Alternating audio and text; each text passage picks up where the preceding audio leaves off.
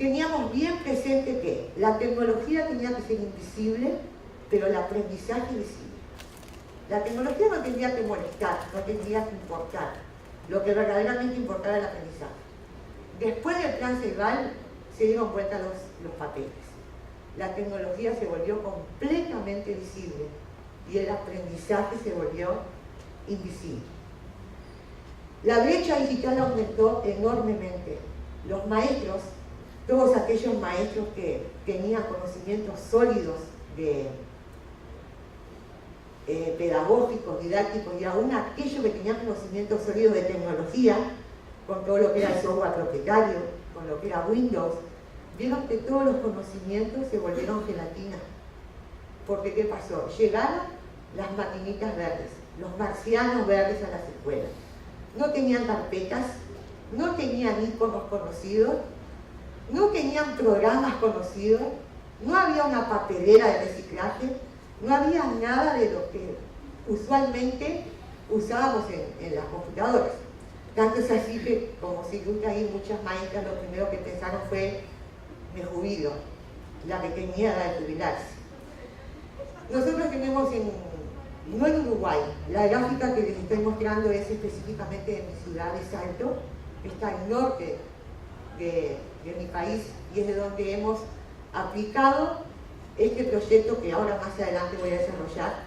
Tenemos 19.420 niños en edad escolar, 111 escuelas y 948 maestros. Todo ese impacto que causó el plan Ceibal en 2 años, porque hace 2 años que lo estamos aplicando, ha tenido un gran cambio y buenos resultados para la educación. Un 65% de los maestros aplica ahora la tecnología en el aula. Un 65% de los maestros ha logrado utilizar la XO con fines educativos, con aprendizajes significativos. Un 35% no. Hay un 35% de maestros que ha descartado la XO y no se la utiliza. Y cuando nosotros empezamos a ondear en las escuelas, yo no trabajo en una escuela, sino que trabajo en formación docente, donde formamos a los maestros. Cuando empezamos a bucear por las escuelas lo que se estaba haciendo, apareció una escuela de Salto, la escuela 5, que es una escuela de práctica, o sea, donde van los futuros maestros a hacer sus prácticas, y nos plantearon la necesidad de nuevos métodos de enseñanza para poder aplicar la tecnología y no desperdiciar ese material que tenían de la XO. Sobre todo porque los maestros de la escuela 5 aceptaron lo que era el desafío de ser maestros de los nativos digitales. Esos niños que conforman la generación I o la generación Einstein, esa generación donde miran las películas como si fueran los directores de cine, miran una publicidad y lo analizan como publicistas. Digo, tienen una necesidad imperiosa de un nuevo modo de aprendizaje, de nuevos recursos en el aula. Y cuando los maestros se acercaron, porque tenían algún conocimiento de lo que era la educación a distancia, y nos propusieron aplicar los conocimientos y los recursos de la educación a distancia en la educación presencial. O sea, nosotros no hacemos educación a distancia.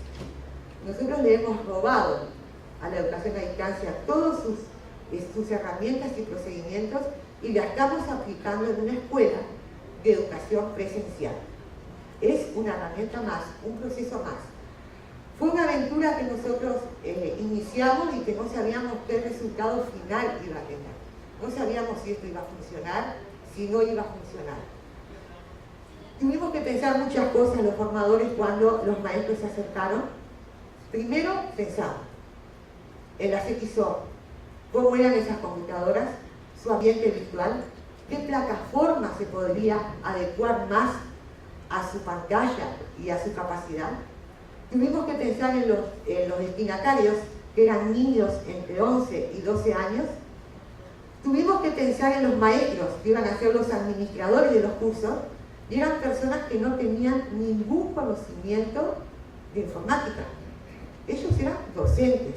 Algunos de ellos, el primer acercamiento que habían tenido a una máquina era con la XO, porque en mi país Es un país donde no todo el mundo tiene computadora en la casa, no todo el mundo tiene conexión a internet. Cuando vimos todos esos puntos de nuestro proyecto, empezamos a analizar en las diferentes plataformas que teníamos a disposición, ya sea en las de cobro como en las de software libre. Analizado eso y habiendo visto todas las demás y conociendo otras plataformas donde hemos trabajado, llegamos a la conclusión de que Dokeos iba a ser el mejor gestor de aprendizaje para este proyecto. Un gestor de aprendizaje que nos permitió unir al niño y al maestro y transformar la escuela 5 en una escuela 2.0.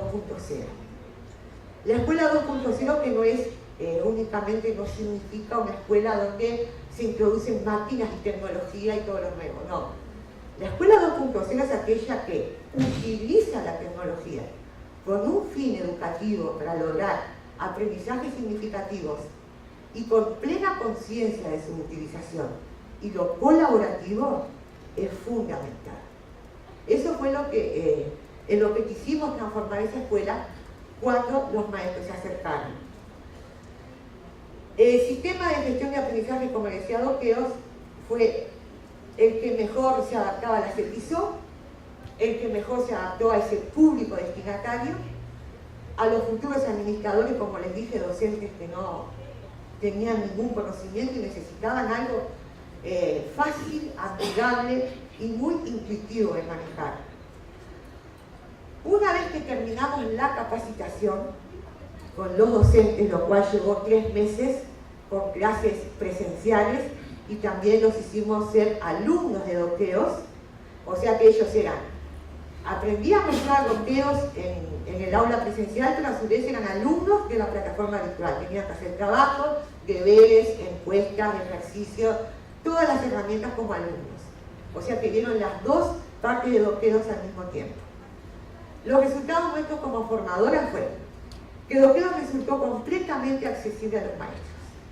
No necesitaban tener ningún conocimiento ni de PHP, ni nada, ni todos esos lenguajes que hoy se han mostrado acá y se han nombrado, que hasta yo escuchaba y igual yo no sé nada de esto, qué papelón.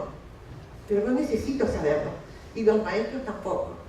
El entorno virtual se adecuó perfectamente a las EXISO.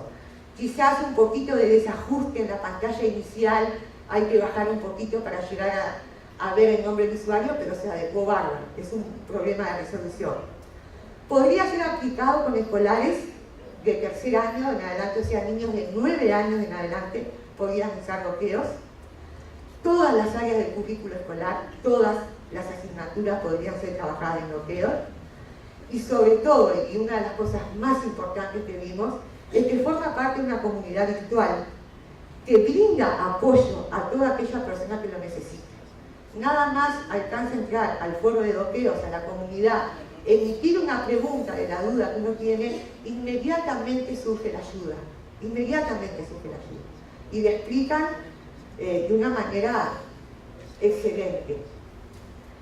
Aparte, lo vimos desde el punto de vista técnico a Dokeos, por qué no servía, y quizás ahora respondo un poquito la pregunta que hizo hoy de por qué Dokeos y no Moodle.